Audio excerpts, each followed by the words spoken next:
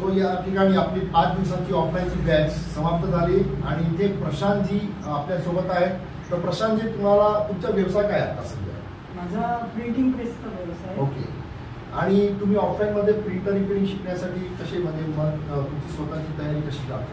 मला जी प्रिंटर आहे, म्हणजे माझ्यापाशी जे प्रिंटर आहे त्याच्यामध्ये अनेक समस्या येत होत्या.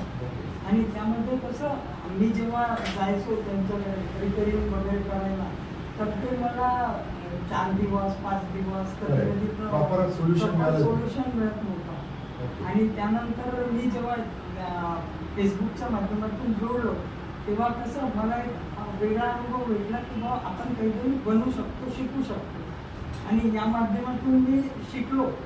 आणि रिपेअरिंगसाठी काही मर्यादा नव्हती, म्हणजे दिवसभर आपण कधी पण प्रिंटर खोलून आपल्या हाताने रिपेअर करू शकतो.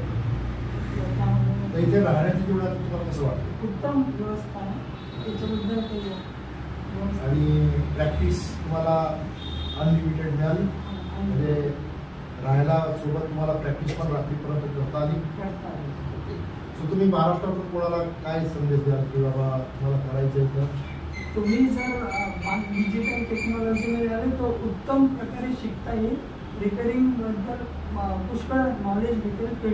प्रिंटिंग रिलेटेड प्रॉब्लेम तुमचे सॉल्व्ह होतील आणि तुम्ही या फील्डमध्ये चांगले सक्सेसफुल होऊ शकता. थँक्यू व्हेरी मच प्रशांतजी, खूप खूप धन्यवाद.